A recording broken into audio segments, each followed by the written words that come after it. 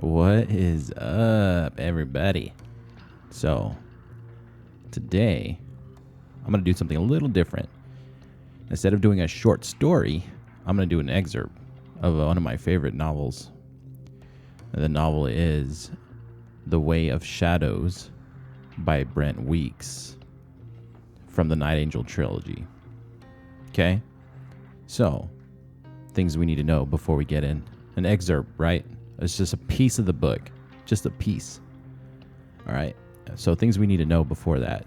There's 3 characters in this excerpt. Azoth, Durzo Blint, and Lord General Brant Aegon. What you need to know. This excerpt is from Azoth's point of view, It's from Azoth's point of view, who angered Durzo Blint earlier for defying orders and going to see his friend Dalgril. Durzo had been to Brant Aegon's house earlier to assassinate his wife for political reasons, but decided not to because the assassination would not have accomplished the political goal. Brant Aegon finds himself in service to a king he does not like, but because he values honor above all things, he serves as his honor dictates him to. Wet boys are a type of assassin, but as the book describes it, if wet boys were tigers, assassins would be kittens in comparison, so they sneer at being called assassins. Gunders are the form of currency that the story has, and the kingdom they are in is Cenaria. Okay? So, one other thing I should mention is Sakage is like the mob, right? It's like their form of the mob. It's like the Yakuza in Japan. Well, the Sakage would be like the Yakuza, I guess. So, by the way, I wrote that excerpt and that need to know thing myself. It wasn't the best done, but it was just kind of like bullet points before we get started. So, this is an excerpt of The Way of Shadows, Book 1 from the Night Angel trilogy by Brent Weeks. I understand why apparent consumption is 900 gunders. I'm sure you have to do multiple poisonings to mimic the disease, the noble said. But 1,500 for apparent self-murder? Ridiculous. Stab your man and put the knife in his hand. How about we start again, Master Blint said quietly. You speak as if I'm the best wet boy in the city, and I'll speak as if there's a chance this side of hell that I'll take the job. The tension sat thick in the upstairs room of the inn.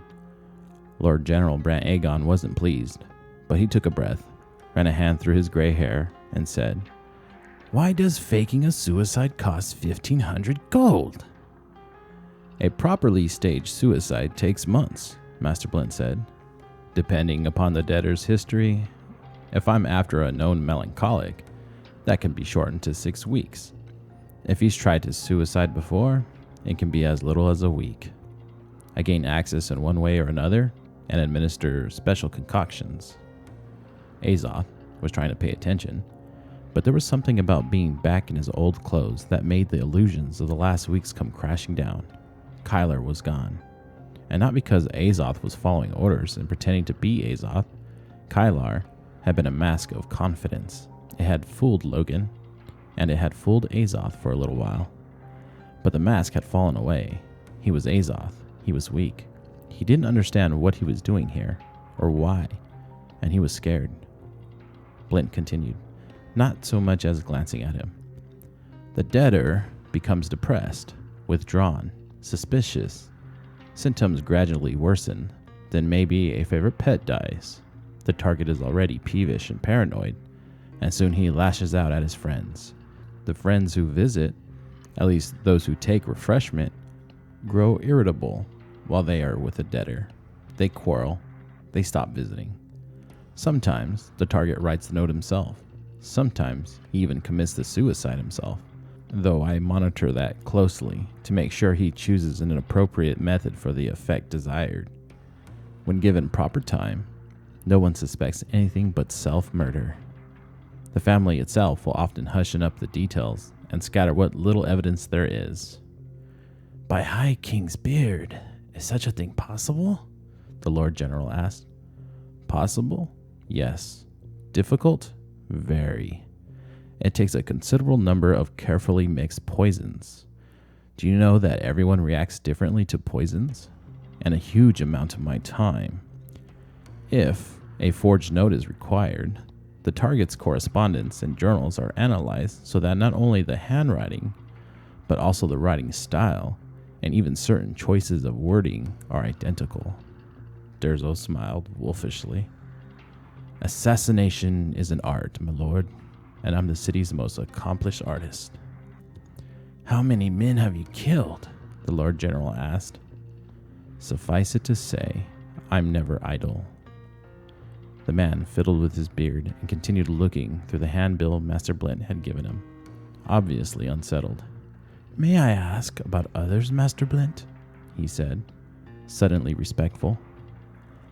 I prefer that you only inquire about those deaths you are seriously considering, Master Blint said.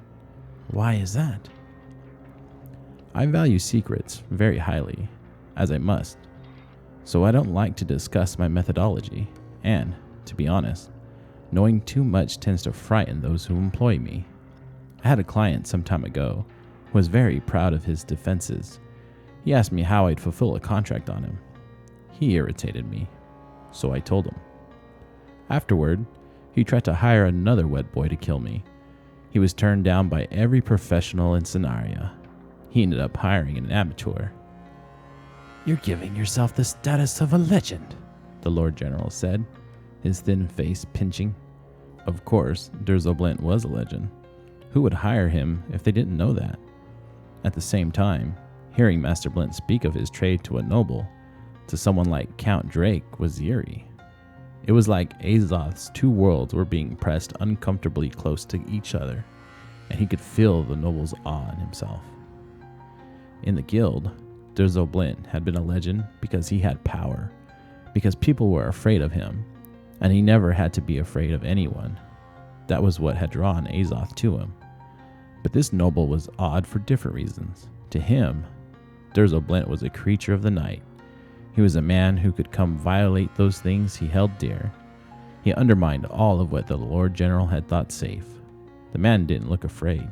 He looked disgusted. I'm not suggesting that I terrify every wet boy in the city, Master Blint smiled. The fact is that we professionals are, if not a close group, at least a small one. We're colleagues, some of us even friends. The second wet boy he went to was Scarred Rabble. I've heard of him, Brent Aegon said. Apparently the second best assassin in the city. Wet boy, Blint corrected. And a friend of mine. He told me what the client was doing. After that, well, if a military metaphor works better for you, it would be like trying a small raid on a city that was expecting it instead of an unsuspecting city. In the second case, it might work. In the first, it's suicide. I see, the Lord General said. He paused for a moment, apparently surprised Master Blint knew who he was, then suddenly grinned. And you're a tactician, too. How so? You haven't had many contracts taken out on you since you started telling that story, have you? Master Blint smiled broadly. These were two men, Azoth saw, who understood each other. Not a one. After all, diplomacy is an extension of warfare, Blint said. We usually say that warfare is an extension of diplomacy, Brent Aegon said. But I think I agree with you. I once found myself outnumbered and forced to hold a position against the Lee Knot for 2 days to wait for reinforcements. I had some captives, so I put them in a vulnerable position and told their guards we would receive reinforcements at dawn. During the fighting, the prisoners were allowed to get free and promptly told their superiors the news. The Lee Knot army was so disheartened that they held back until we had been reinforced. That diplomacy saved our lives, which brings us back to the matter at hand, the Lord General said. I need some diplomacy that's not on this list of yours. I'm afraid I have not been completely forthright with you, Master Blint, the Lord General said. I'm here for the king. Master Blint's face went suddenly devoid of emotion. I understand that by telling you that, we might lose the man who provided me with your name. but the king deems this to be worth risking the lives of both a contact and one of his ministers, namely myself. You haven't done anything foolish, like surround the building with soldiers, have you? Master Blint asked. Nothing of the kind. I'm here alone. Then you've made one wise choice today.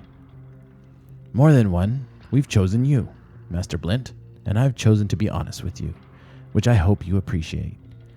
As you know, the king's wealthy, but not politically or militarily strong. That's a bitter pill, but it's not news.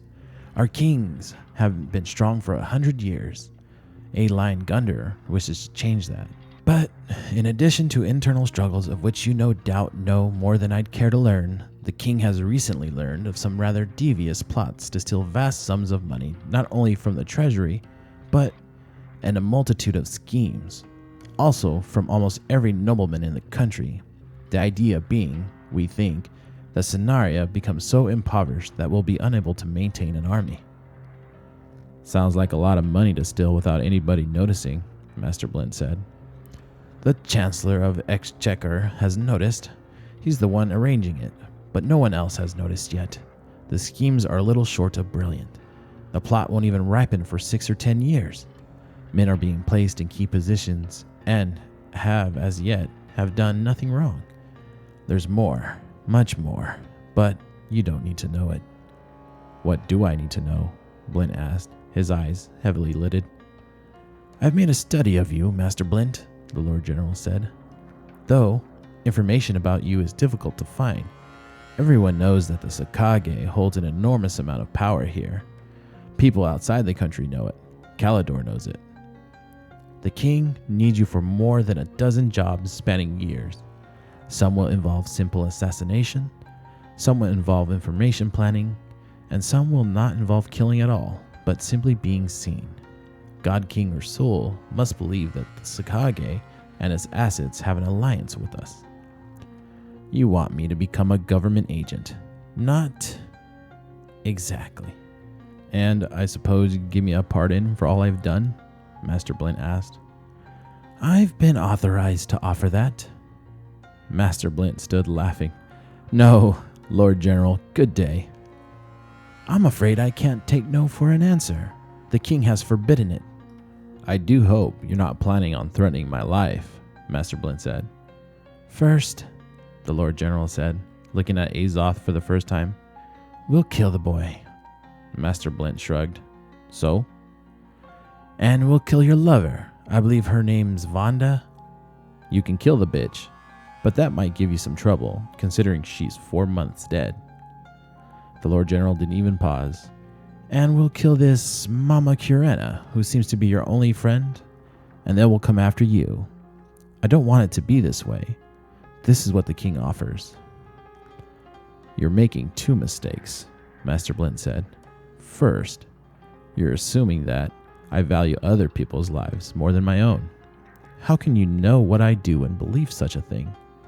Second, you're assuming that I value my own life. Please understand, I'm under orders. Personally, I'd rather have nothing to do with you, the Lord General said. I think it's beneath the dignity of a king to hire criminals. I think it's immoral and foolish for him to put money in your purse rather than chains on your wrist. I find you abhorrent, a wreck of a human being, barely resembling what once must have been a man. But the king has decided we need a sellsword like you. I'm a soldier. I've been sent to get you, and it won't fail. And you're making a tactical blunder, Master Blint said. The king might kill my apprentice, my friend, and even me, but at least he will lost his Lord General. A poor trade. I don't think he would find my death to be such a very great loss, the Lord General said. Ah, figured that out, have you? Blint asked. This may be the first time you've seen me, Brant Aegon, but it isn't the first time I've seen you. The Lord General looked puzzled. So you've seen me. So have half the people in the city. Does your wife still crowd your side of the bed? Sweet, isn't it? Does she still wear that drab nightgown with the daisies embroidered on the hem? You really love her, don't you? Lord General Aegon froze. You call me abhorrent? Durzo asked. You owe me your life. What? Didn't you ever wonder why you got a promotion instead of a knife in the back? From his eyes, even Azoth could tell that the Lord General had. I was in your house the night King Davin died, when you and Regnus Gyre met. I was to kill your wife as a warning to you. Later, the prince would offer you a better marriage to a young noblewoman who would be able to give you sons. And I was authorized to kill both you and Regnus if you were plotting treason. I spared you, and I don't get paid unless I leave corpses. I don't expect your gratitude, Lord General, but I demand your respect. Lord General Aegon's face went gray.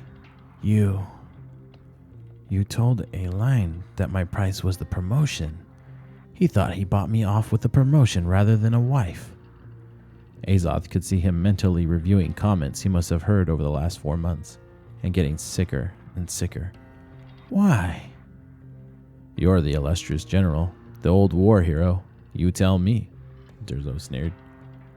Putting me in charge of the army divided the Sakage enemies. It kept the king from putting someone he could trust in charge of the military. You bastards have got people everywhere, don't you? Me? I'm just a sellsword. I'm just a wreck of a human being. The general's face was still gray, but his back never bent an inch.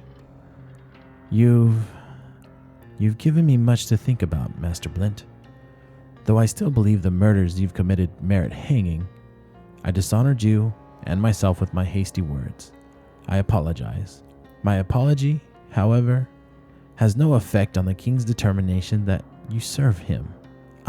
Get out, Master Blint said. Get out. If you reconsider your threats, I'll be here for a few minutes. The general arose, and watching Master Blint carefully walked to the door. He opened it and kept his eyes on Master Blint until he closed the door behind himself. Azoth heard his steps echo down the hall. Master Blint stared at the door and scooted back from the table. Instead of relaxing now that the general was gone, he tensed. Everything about him spoke of potential action. He looked like a mongoose waiting for a serpent to strike. Step away from the door, Azoth, he said. Stand by the window. There was no hesitation. Azoth had learned that lesson. He didn't have to understand, he just had to obey. He heard a crash on the stairs and a loud cursing. Azoth stood by the window and looked at Master Blint. But the man's pockmarked face betrayed nothing. Moments later, the door banged open. The Lord General lurched in, sword drawn. What have you done? He roared. His knees bowed, and he leaned heavily against the doorframe to keep from falling. Master Blint didn't say anything. The general blinked and tried to straighten, but a spasm passed through his body as his stomach cramped. It passed, and he said, How? I put a contact poison on the door latch, Master Blint said. It seeps right through the skin. But if we'd reached a deal, the Lord General said, I'd have opened the door for you. If you'd worn gloves, I had other plans. And I want you to listen very closely. The king is an incompetent, treacherous, foul-mouthed child, so I'm going to make this very clear. I'm a first-rate wet boy. He's a second-rate king. I won't work for him. If you want, you can hire me yourself. I'll kill the king, but I won't kill for him, and there's no way you or he can pressure me. I know he won't believe that, because Aline Gunder is the kind of man who believes he can get whatever he wants. So here's why he's going to believe. Master Blint stood. First, I'm going to leave a message for him tonight in the castle. Second, you're going to investigate what happened to Count Yorsar Glynn. He was the client who betrayed me.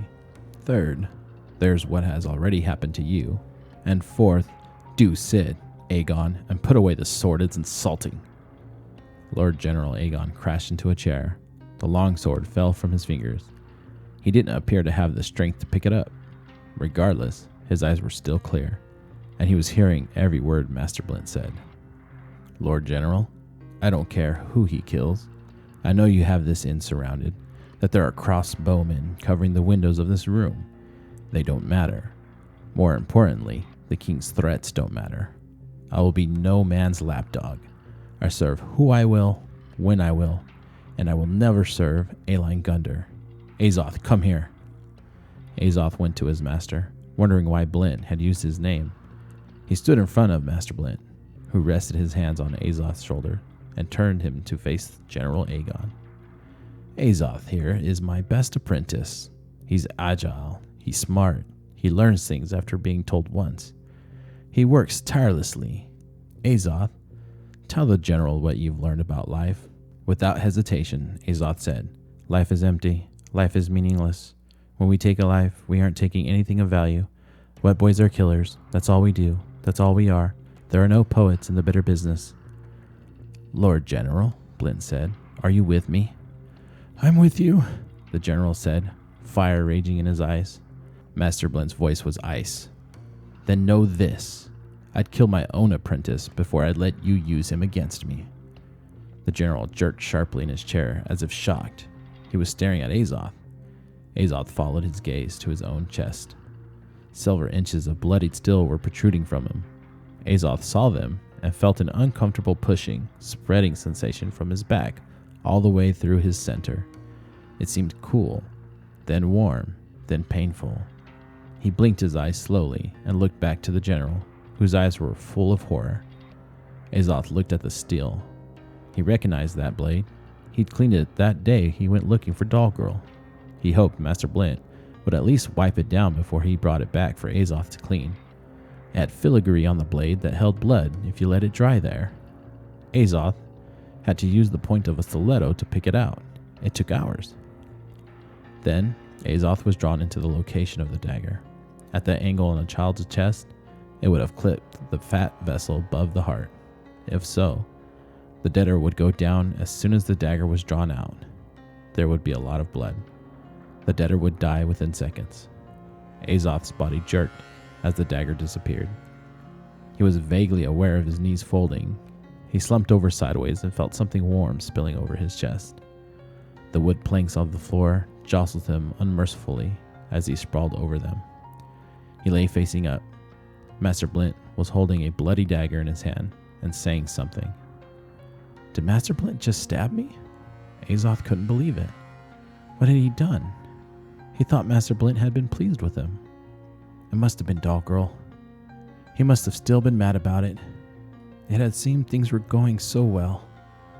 There was white gold light everywhere, and he was warm. So warm. And that's it. That's the excerpt I chose to read. Something a little different. We haven't had any requests for short stories, so I don't have any short stories to read for you guys.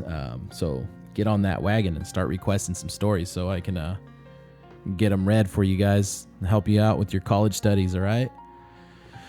Don't forget, if you're watching on the YouTube version, you can find us on the podcast version too. And if you're listening on the podcast version, don't forget, you can leave your comments on the YouTube version or tweet me or DM me on Instagram. I'm Clouded Jester everywhere. So that's it, people. Till the next read, I will see you guys later. Oh, by the way, this is our, that was my 21st read, read number 21. Oh, we're getting up there, huh? That's kind of a stone for me. All right, you guys, later.